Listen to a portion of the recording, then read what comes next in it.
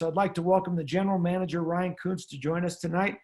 I'm sure he's live sitting by a fireplace up there in that beautiful valley. Ryan, thanks for joining us.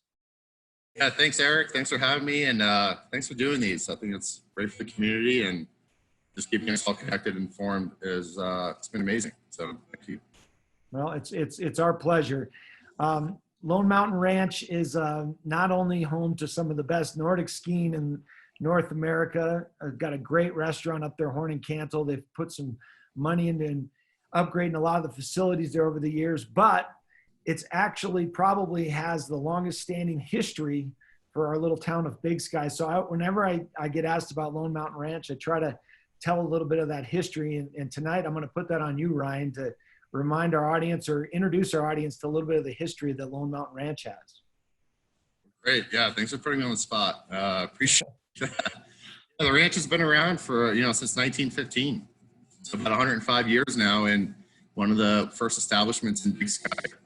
One of the cool stories I always like to tell people is that actually Chet Huntley stayed here at the ranch during the development of Big Sky Resort, and actually took a phone line with the helicopter up to Big Sky Resort from one of the buildings here at the ranch for communication. And I think that's just a cool story to tell. Just dates back, 40, 50 years or so of the development of Big Sky. And the ranch has been an integral part of town for a long time, and we're happy to be a part of the town today. Wonderful.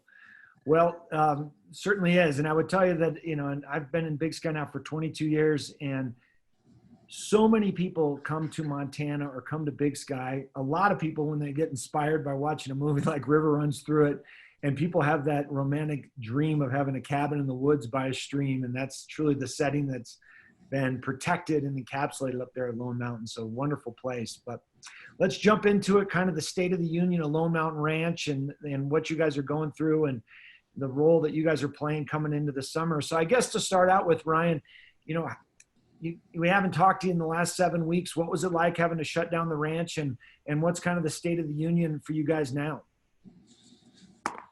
A few weeks ago, I think Matt Kidd spoke to it really well.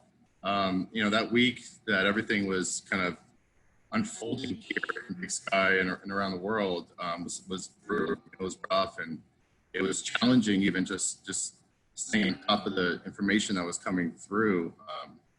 We'd phone calls as a team trying to make decisions on what our plan was for the next few days or the following weeks. And as you would get off phone call, there'd be a new news about, what's happening. So it was extremely challenging. We were following Big Sky Resort and everyone else in town as they were closing and making their announcements. And we tried to stay within those means as well. That was a tough week. We ended up shutting down on March 19th. And unfortunately, I had to lay off quite a few employees at that time, just to kind of get through this time period. But good news is we are planning to open here in June. We'll be announcing kind of a phased opening here in the next few weeks, most likely with the restaurant and possibly a horse program to start, and the cabins to follow. But that's sort of the state of the union. It's kind of a wait and see period right now. I think, the next week and a half, 2 weeks are a really important time for us here in Big Sky in the state of Montana to really understand what the summer is going to look like. And just kind of holding on probably to the middle and the next week to really make a final decision on how we're going to open here in June. Yeah. Kind of look into the summer, and I think it's important for people to, especially with businesses of your size, from being a large employer standpoint, to try to understand the impact that this pandemic's having. Give us a little taste of the landscape as you guys go through the decision-making on, just from an employment standpoint. You guys are a pretty big employer. I think at peak in the summer, you would typically hire, 150 people. How do you approach something like that from a decision-making standpoint, and where will you potentially land coming into this summer? Yeah, it's tough. You're right. We usually have around 150 employees. Luckily, our employees are great. They're less like employees and more like family really to the ranch. We have about 80, 85 employees committed to us this summer, ready to work. when willing and when we're ready to open.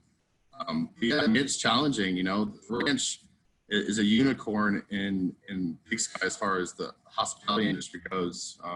We tend to operate individually as far as lodging goes because we do offer an inclusive package, which is much different than some other lodging partners. However, we do rely on the town as far as, you know, how busy the restaurant's going to be, our horse program, everything. So, you know, we're looking at how busy the town is and what our restaurant's going to look like this summer. Trying to gauge, you know, what the governor's going to come out with as far as 2-week quarantine that's been announced.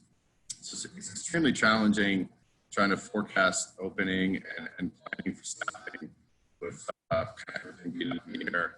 And it is interesting and tough being we're kind of a middle range employer. You know, we're not that large, but we do have 15 employees or so typically.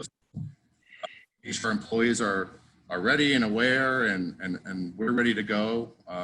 It's going to be a little challenging this summer, but we're going to make it happen. Yep. Ryan, what are the biggest things that are dictating your decision right now? You mentioned the 14-day quarantine, and I hear that from a lot of hospitality people that it's making it very difficult to plan out the summer, not knowing when and if that will end. I mean, I guess another part to that is how much is the park impacting your decision making? Because you are, if I understand correctly, you do have an ability to operate in the park and to guide people in there. So what are the things that are really, like, in an ideal situation you'd like answered sooner than later? Yes. I mean, that's a great question.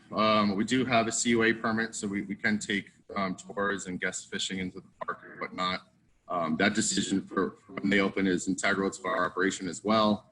From listening to Cam Sholey, the superintendent of Yellowstone National Park, I feel confident that they're most likely going to open some sort of operational aspect in June. So that seems to be less of a worry at this point.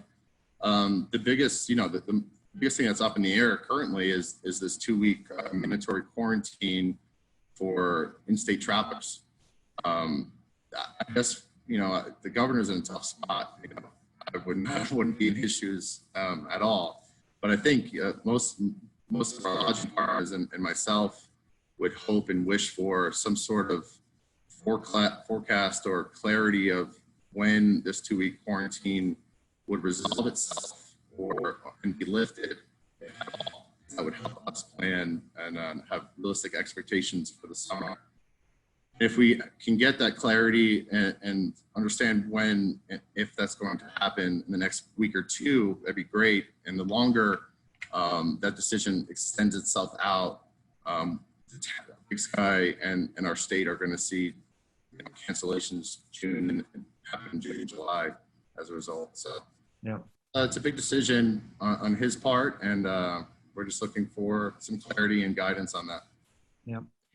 Is there any sort of hospitality fraternity per se, or sorority for that matter, in Big Sky that you guys are using, the cumulative knowledge or trying to somewhat strategize as a group in this region? Yeah, I mean, that's a great question as well. I sit on the Montana Lodging and Hospitality Association, so as a board, we kind of represent a lot of most of the lodging partners in the state, and we've been conversating every other week or so what's happening. In Big Sky, there's a Decimetrics group, so a lot of us look at the analytics of what's happening in town and the forecast of occupancy and those sort of things. We're meeting twice a month at this point, and just talking. And the best thing that we can all do as a community is just communicate and share information, so we could all help plan with our businesses. So to answer your question, yes, we're all communicating, we're all speaking to one another, and we're trying to make the best decisions we can with that information. Yeah. Ryan, you guys couldn't be more opposite of what a lot of these areas, like, being in Manhattan, for example, of high population base and really a lack of being able to just disappear into nature. You guys are the absolute opposite of that. You've got tons of space, you've got nature, you've got fresh air and elbow room. Have you noticed any sort of increase in people, inquiring about openings or ability to come escape to a place like Lone Mountain Ranch? Or have you seen any change in that demographic of people that are reaching out to look to jump in that escape pod and come to Montana or come to a place like you've got? Absolutely. I mean, I think the last few weeks we've seen a lot of inquiries for stays and just general questions about Lone Mountain Ranch and Big Sky itself. I think, you know, as this all unfolds and hopefully dissipates in the next few weeks to months, I think the inquiries and people wanting to stay in Montana and the ranch are going to be much higher than, you know, people going to Atlanta or urban areas. And it's interesting, you know, we're seeing, you know, some cancellation requests in early June, but a lot of inquiries for July and August for that reason alone, because people want to have New York City or Los Angeles and social distance naturally, so to speak. So, yeah, absolutely. Yeah. All right. Well, I appreciate you joining us tonight, Ryan. Is there anything else that you'd like to, you know, any words of wisdom or requests on the community of Big Sky or the people around you or all the fans out there of Lone Mountain Ranch? Yeah, I mean, yeah, the ranch has been around for, again, over 100 years. We're not going anywhere. I know there's been some rumors that we're for sale. Those aren't true. We're opening here soon, as long as we can, and we'll be here hopefully first, second week of June for everyone here to open the restaurant and lodging. And I just for all those employers out there, I just want to make sure that, you know, you're communicating with your employees and you're helping them out when need be, and just helping navigate them through all this. You know, I think, you know, the term that, you know, we're all in this together has been tossed around a lot nationally, but I think for Big Sky that really holds true, and I think we are all in this together. And the more that we can help each other out through this, the more successful we're going to be at the end of all this. So, excellent. Well, I appreciate that. That's great advice. You know, once again, Lone Mountain Ranch, it's a staple of our community, and I think it's very representative of what a lot of people envision Montana to be when they come here. And I think what we all hope Montana looks like, you know, 100 years from now, is that you've got these places with nice wide open spaces and clear water and animals roaming through, and a little bit of history and that ranch lifestyle and spirit that has been still encapsulated there. The Horny Cantle restaurant is phenomenal. I sound like a commercial, but I love the place. It's absolutely phenomenal, and the Nordic skiing is great. And I'll also say that Ryan is an integral part of the community, sits on a lot of boards, and that community spirit is appreciated. So Ryan, thank you for joining us tonight.